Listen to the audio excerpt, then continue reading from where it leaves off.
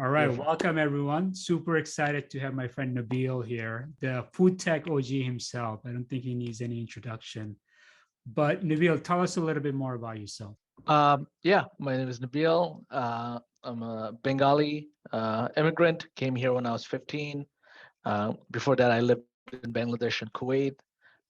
Since I've come here, uh, just like everyone else, learn English watching movies.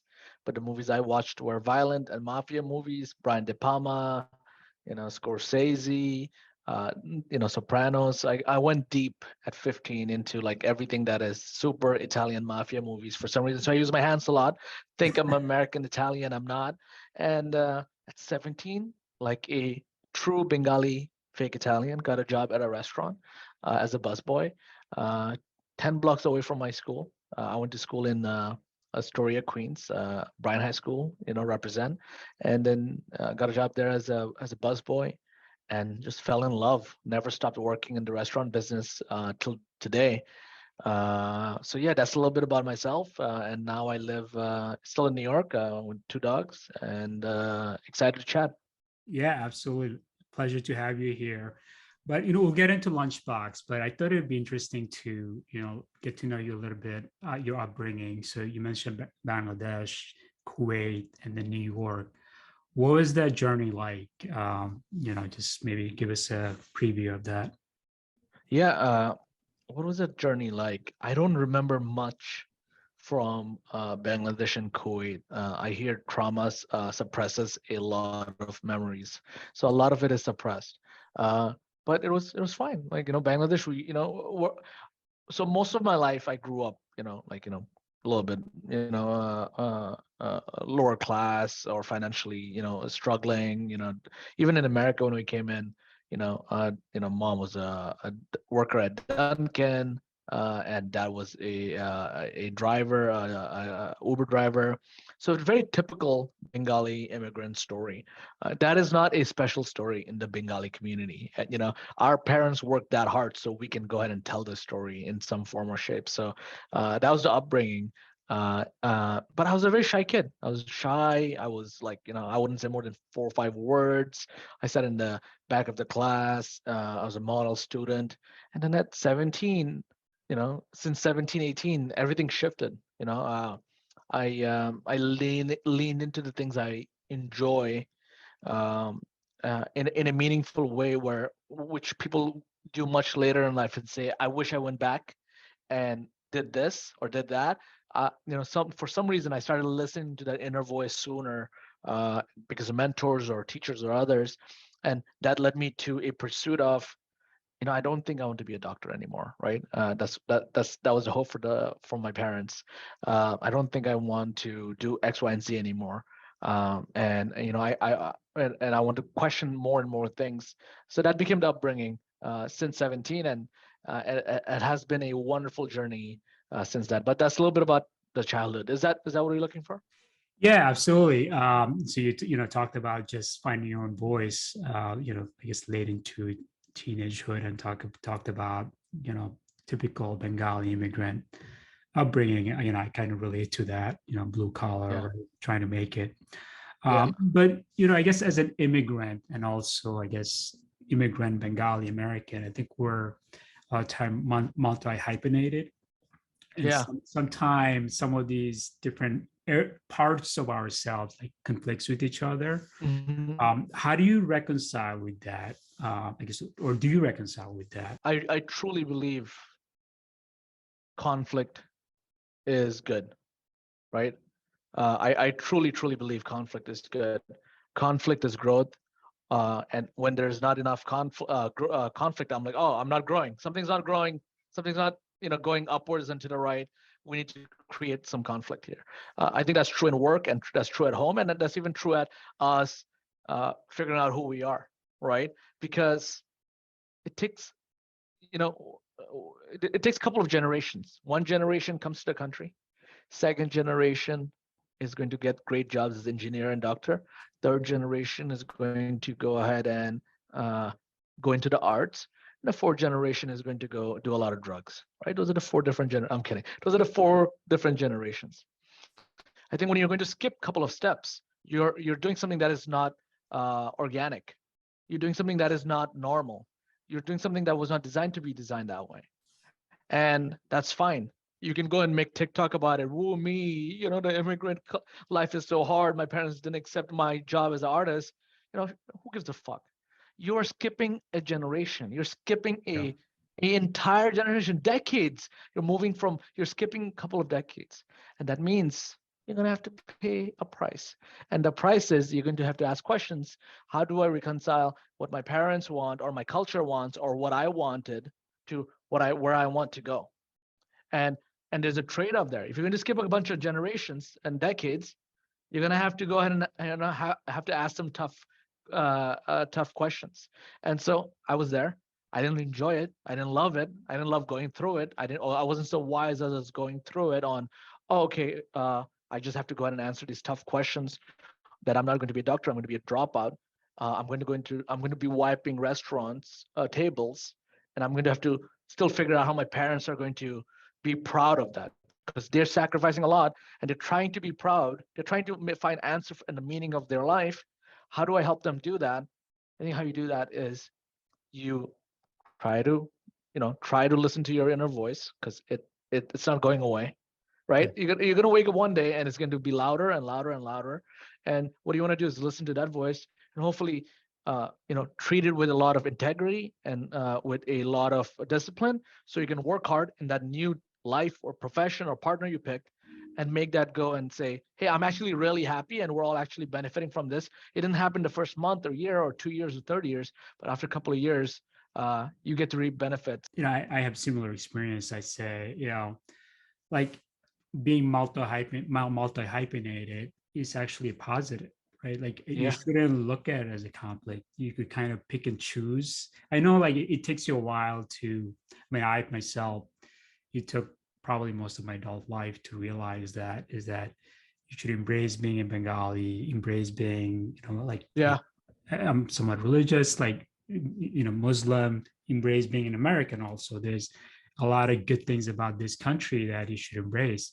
And it's okay to be multi-hyphenated. I think ultimately it's who you are, right? It's not, like this one aspect of your life, is all of it. So Absolutely. you said it right. So I think you touched on this a little bit. Like, so med school dropout. I'm sure your parents were disappointed. All Bengali parents would be. And then from there to working at a restaurant, and then now like pursuing entrepreneurship. What was that journey like? Maybe talk about the early, like that journey, as well as like the early days of Lunchbox. Like, where did that idea come? Yeah. I actually had a keynote I had to present to my team recently. I don't know. Maybe I'll pull it up and send you some pictures at the end. But it was hard. It was extremely hard. To go into a restaurant industry. Like looking back now, life makes perfect and clear sense, right? It all makes sense. But when I was living it, all I knew was I was happy. All I knew was I'm adding value. All I knew, there was some kind of a pull, a magnetic pull of like, oh, restaurant industry, restaurants, food, something's happening here, right? That's all that was happening. So I just leaned into it, and then full ride to med school. Syracuse, went to Syracuse, right? Each year it costs like 50K, right? Yeah. And I'm like, that's a lot of money. How do you walk away from that? But it happened so naturally, because whenever I'm presented with two tough options, I just pick the tougher one when I'm not sure, right? So when it was time to move away, to stay, I picked a tougher one, which is move away from your parents. And I felt, the guilt you feel when you move away from your family as an immigrant, and you're like, oh wow, I'm experiencing joy every day. I have my own room. I have this experience. I'm surrounded by all these people. I wish they were lucky enough to experience it. It's like going on a nice vacation.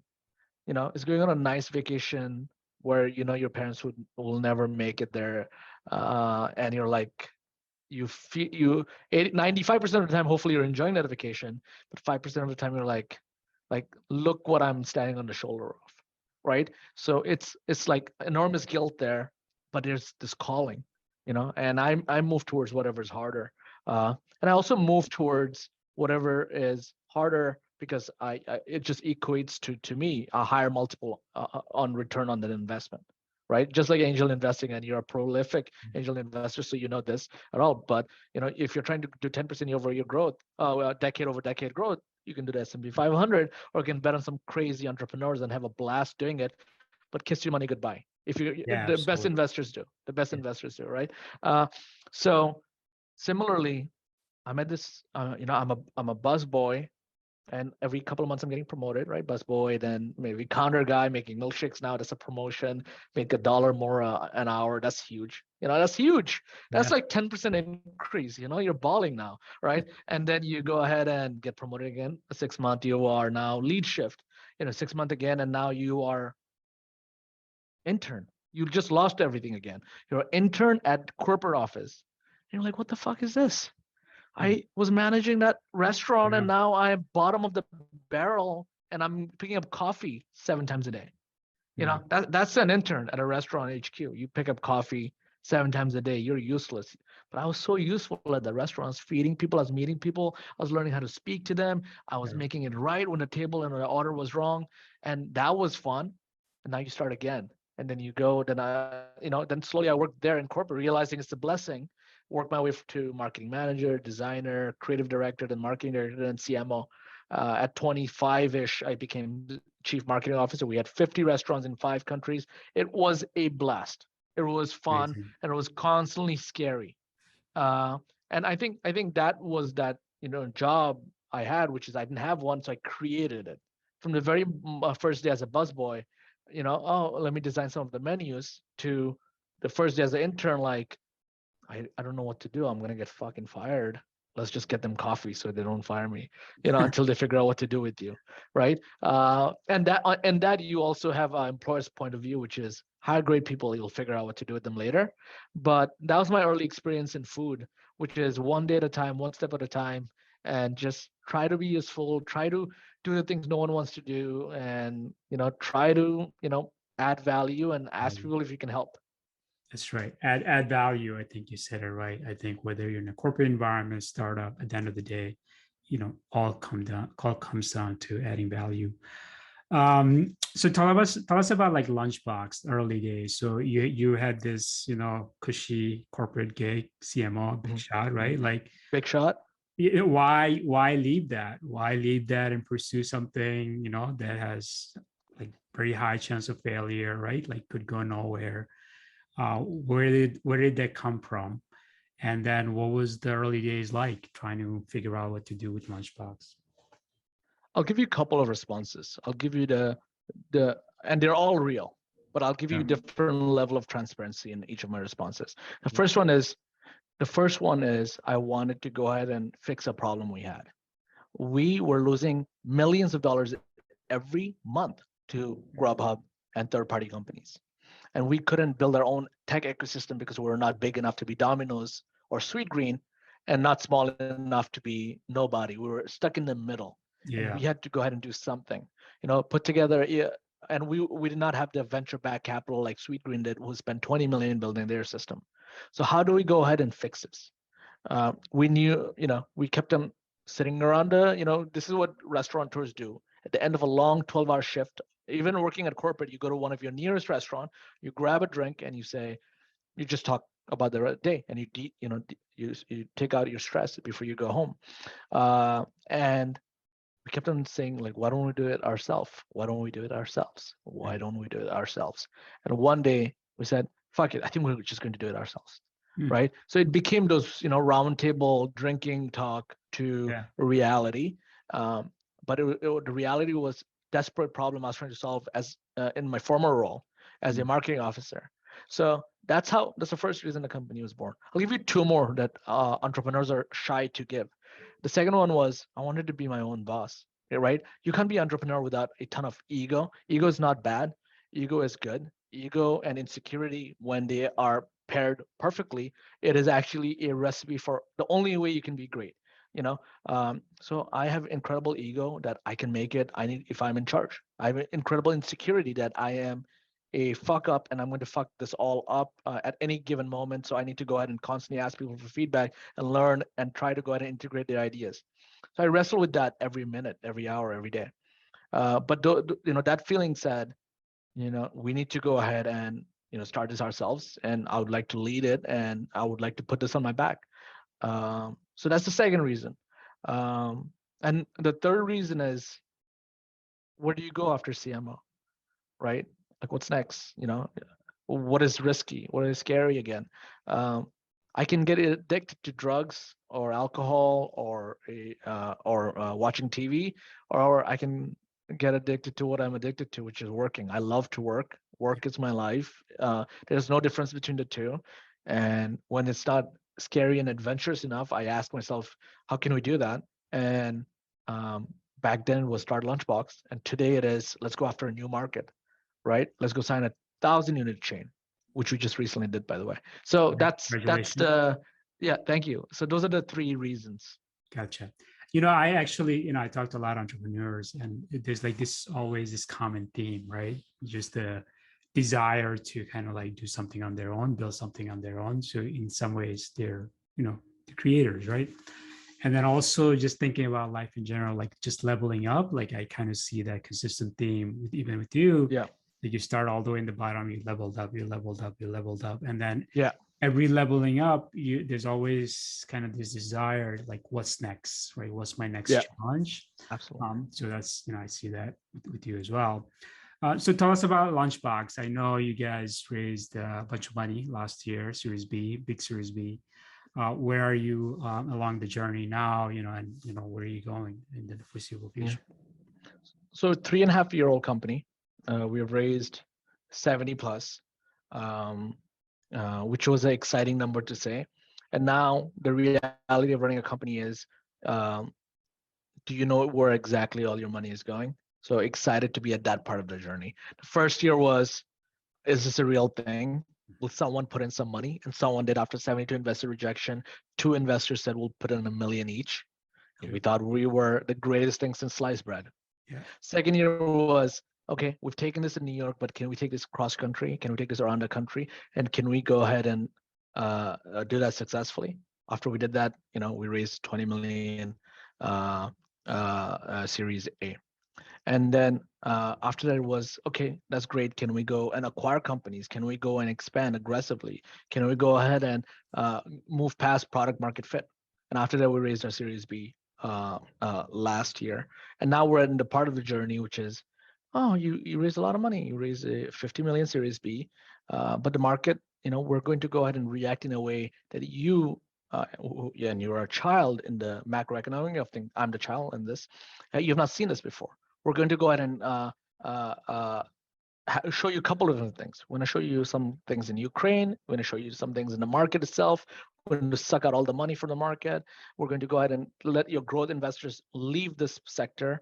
And we're going to go ahead and make it very hard and put all investors on sideline. And we're going to show you all of it at the same time, plus, inflation, recession, whatever. Right. But we're going to go ahead and make you be a great company. Are you going to be a great company, or are you going to be one that only survives because you raise money? And we became that company this year, which is one that had to grow up very quickly. I'm a first-time founder, so it's everything experiencing for the first time. I'm so fucking excited to experience what a tough year it was. Yeah. We did so many hard things this year. And we had to look at every dollar and where it went. And that was and is exhausting as a marketing. I'm a go-to-market person. I'm a marketing person. To look at all of that number and still not get a good grasp of it, still working through it, has been an exhausting experience. One I wish on all my fellow enemies. That's great. So, I think you touched on some of these things. Like, I think it was Mark Andreessen, right? He says, like, as a startup founder, it's like you're always on this emotional roller coaster. You either experience euphoria, like, you raise a bunch of money or whatever, or like pure terror, like, oh shit, like, I'm gonna like lose everything, tomorrow or whatever. Tell me about maybe one experience where you felt that euphoria. Maybe it was like related to the raise or like signing a new customer, and then also like a real moment of like fear, like shit. I basically invested my life, all everything on this company, and then we could go under. I'll answer that, and I'll tell you then how to get out of it. Sure, Um, absolutely. but let me answer that question. Pure euphoria I've experienced last. I think pure euphoria I experienced last. It would be this incredible client we have taken away from our biggest competitor. Our competitor is, let me tell you how much. They are like 50x bigger than us, right? We, by the way, now are have 1% of all U.S. restaurants. So not a That's not great. bad. 1%. That's great. It That's starts. huge. Yeah, it's starts with a percent. But they have, I'd say, 50x that, right? And so we took a customer away from them, and we've worked 3.5 years to do that. We've done 3 acquisitions, we've done 3 rounds of funding, 3+ years, and we've finally been able to do that. And I think this is the beginning of something special, and the collapse of the wall, if you will, right? Let metaphors stick there. And in this metaphor, they are the Soviets, right? Who are still the bad guys, so it's fine. And so that has been total euphoria. That's like a hit of drug, of your favorite drug. It's the best feeling in the world.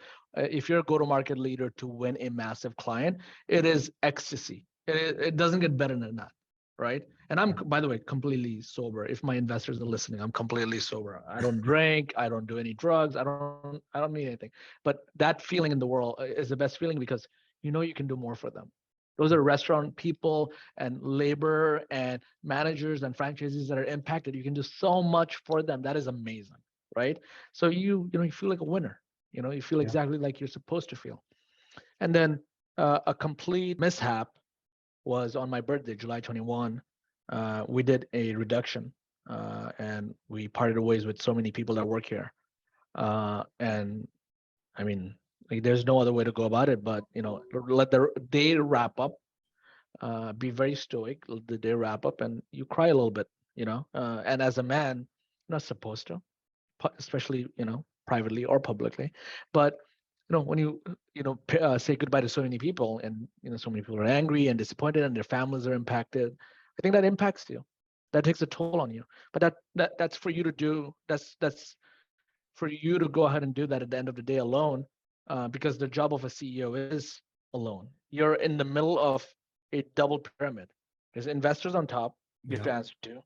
There's employees in the bottom you have to answer to. You have to answer to people externally. You have customers. You Yeah. have your partner who doesn't understand. So you have this circle of people that you have to report to. And when you don't report to anyone, you report to everyone.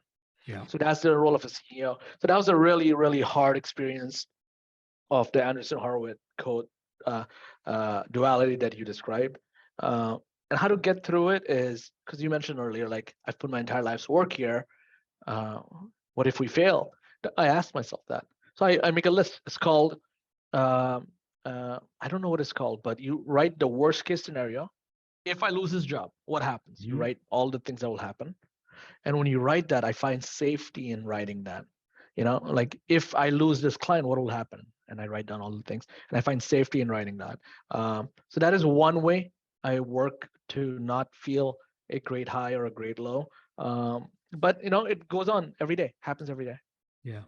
That's great. Thanks for sharing that.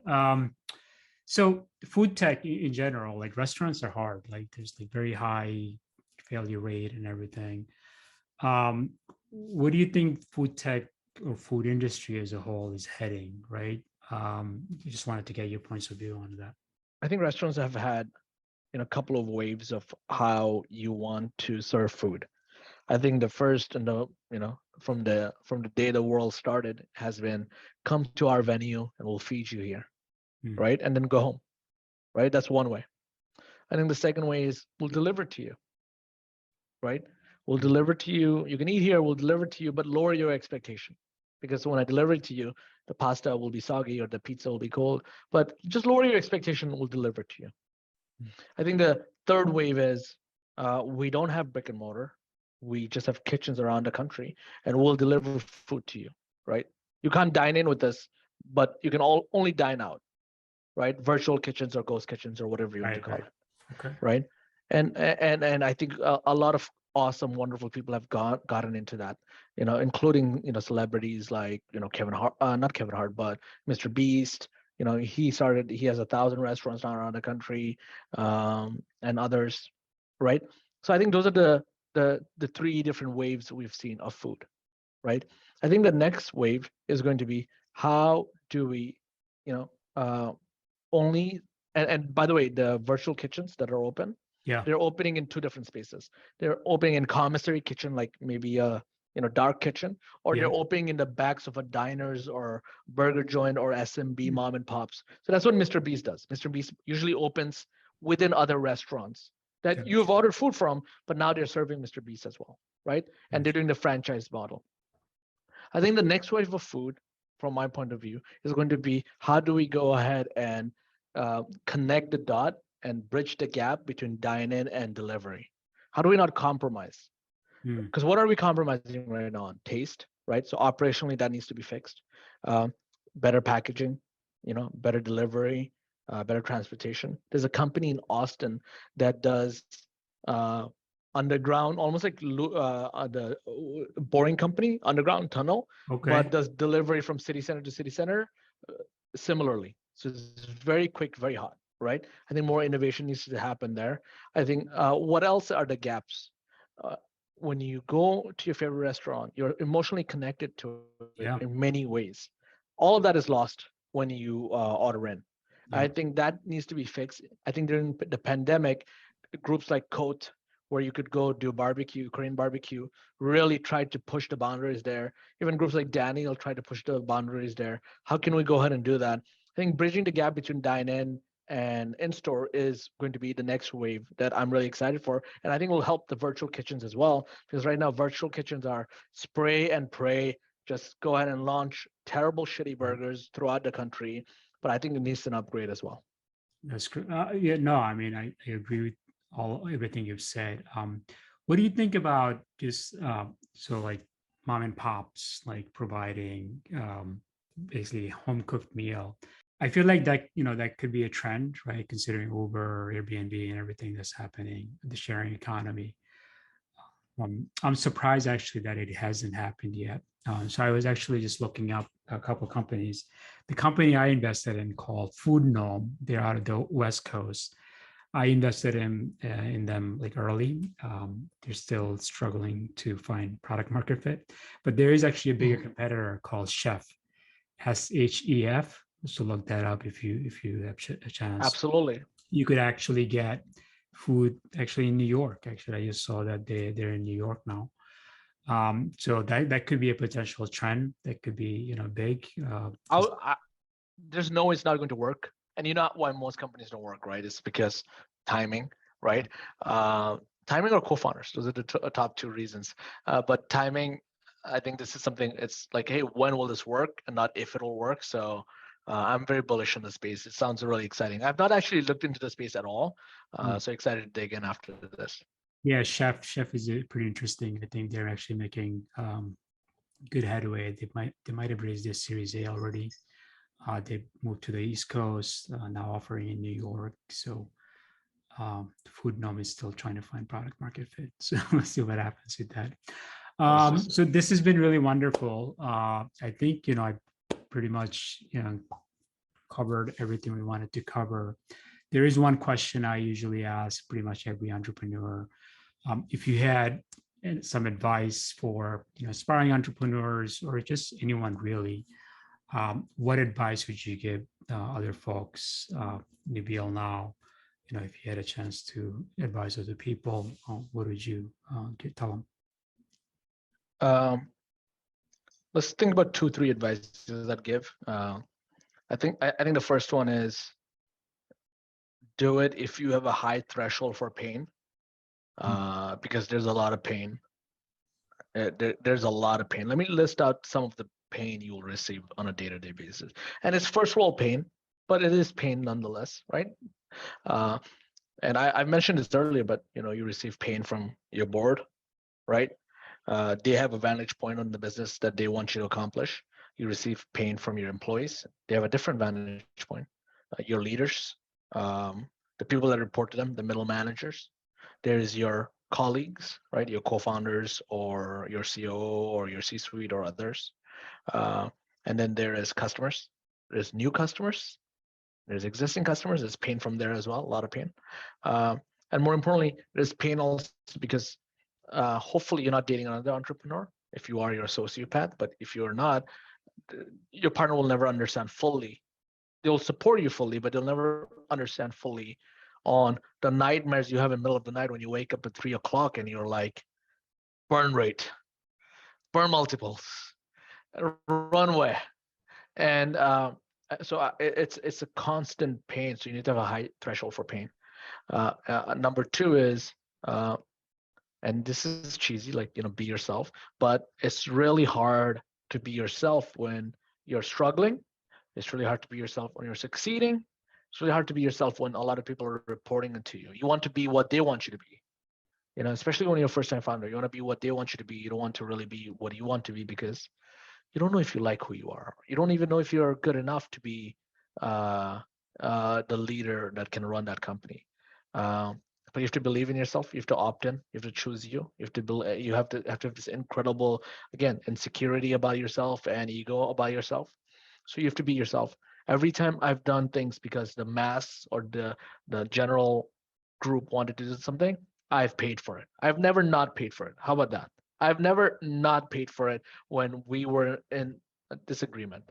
And that's your job. Your job is to have those non-scientific skills about having instinct and guts and intuition about where to go. Those are all real, right? Those are not like, just feelings.